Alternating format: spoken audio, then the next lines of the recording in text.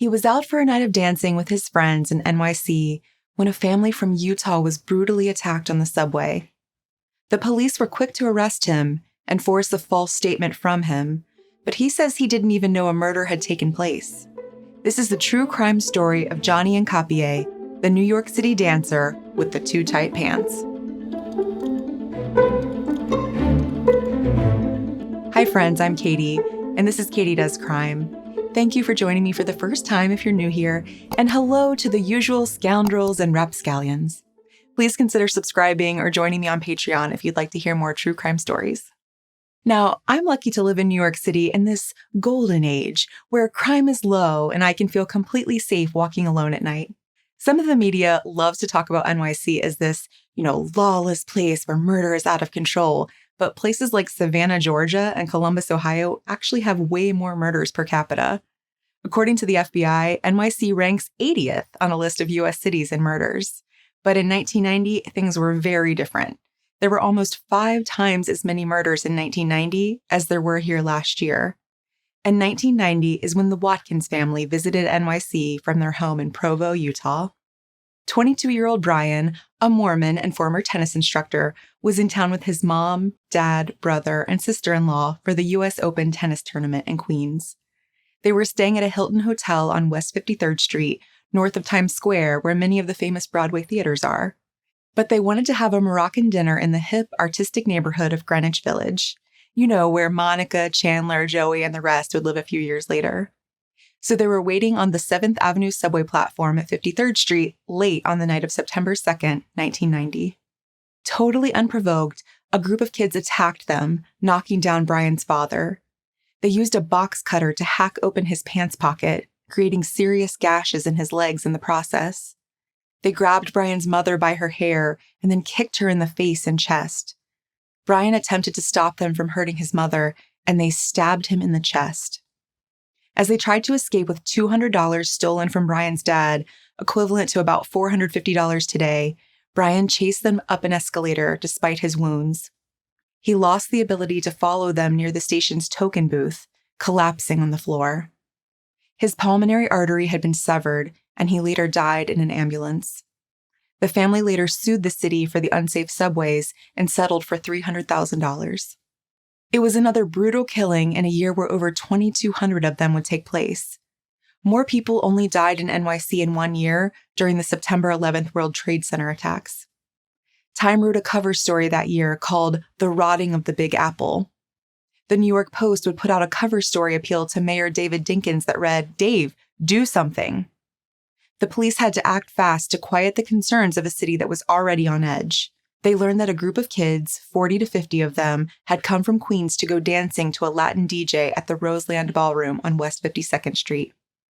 Most of them left the subway station once they arrived, but some of the teenagers came back down to the platform to rob someone for the $15 they needed to get into the nightclub. A witness said he saw the big group of kids leave the subway on their way to the ballroom as he was standing outside. But then he saw several of them go back downstairs after one of them jumped the turnstile and opened the exit gate for everyone else to pass through.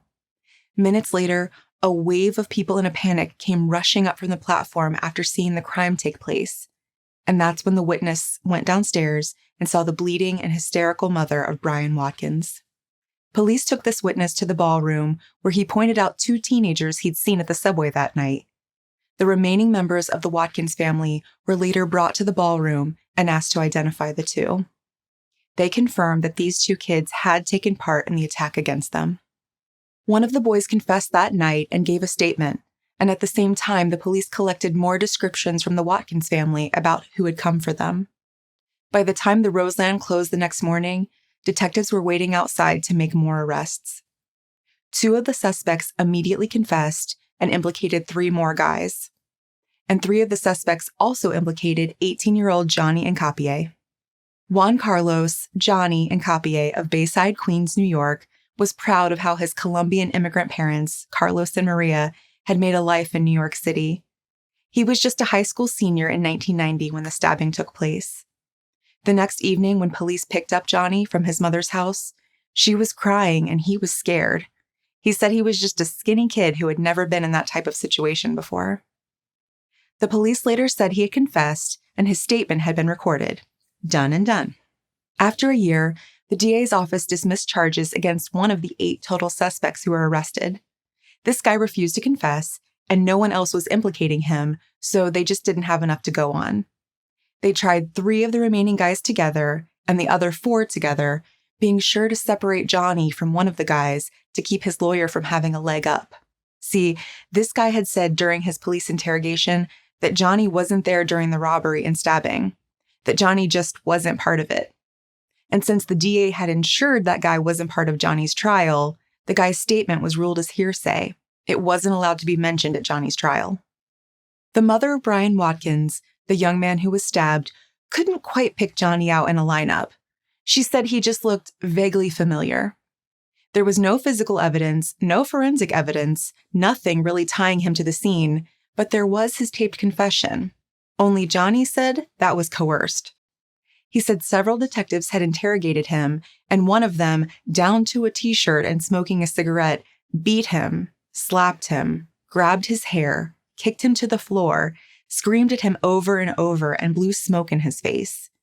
He called Johnny a liar, yelled racial slurs at him, and said he wouldn't last long in jail.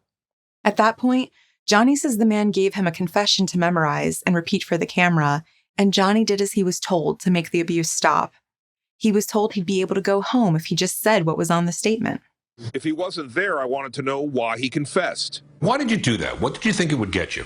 It would get me to go back home. That's what they told me, that by memorizing the story and confessing it to another, as he said, quote unquote, pretty lady in another room, right, that I would go right back home. And I believed him.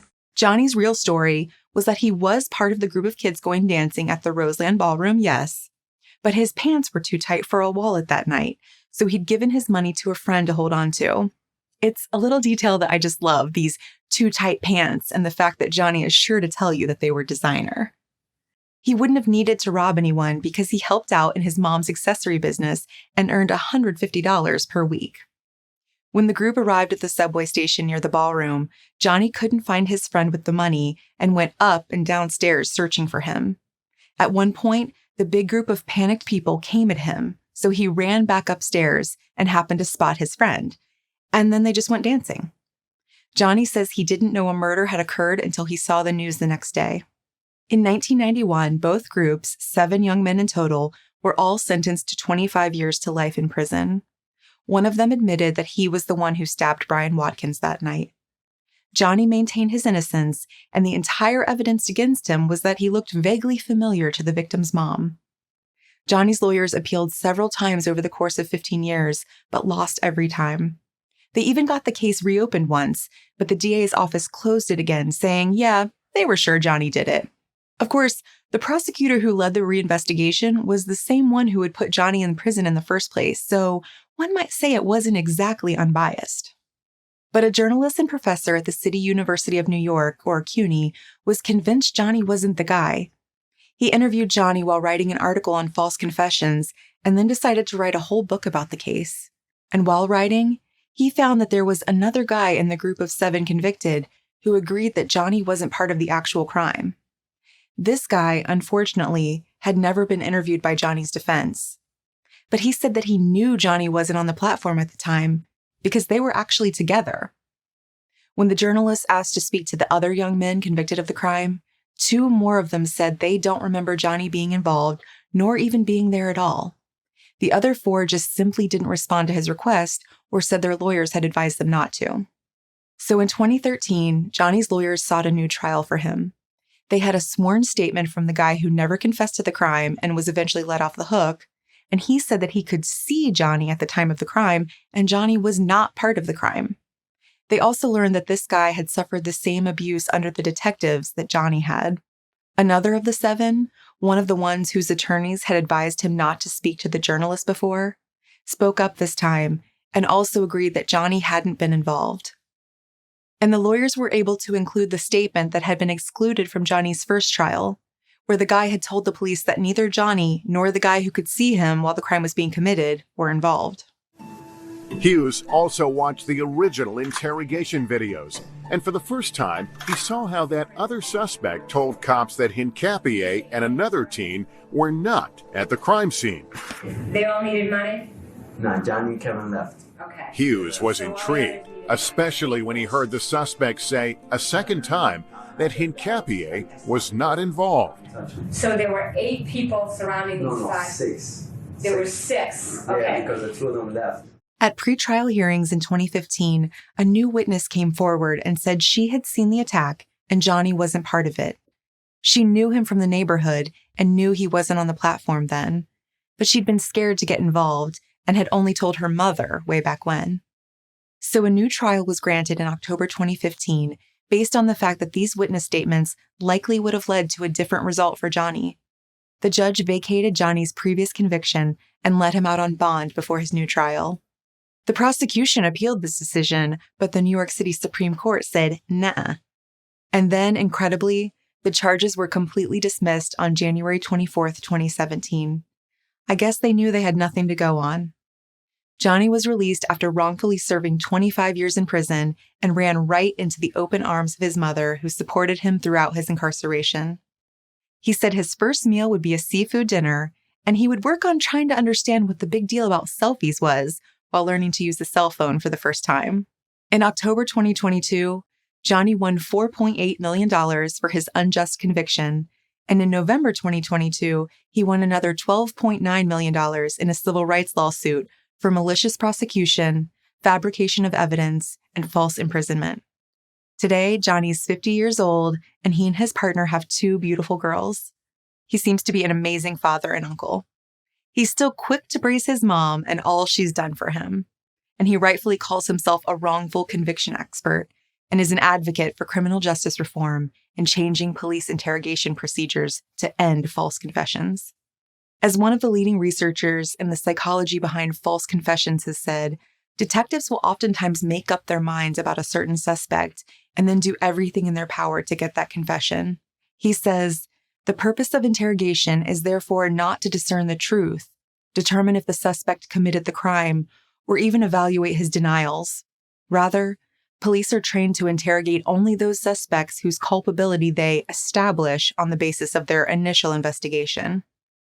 Let's hope the exoneration of people like Johnny Hincapie proves how life-altering that can be. Thank you for tuning into my YouTube video. I'm just a true crime fan like you are, and I really appreciate you taking a chance on me. Please like this video and subscribe to my channel if you liked spending this time together. I'd be so appreciative. Until next time, I'm Katie, and this has been Katie Does Crime. But places like Savannah, Georgia, and Columbus, Ohio can feel completely safe walking. Only Johnny said that it was coerced. He said neither Johnny. And the lawyers were able. Okay, it's a little fast.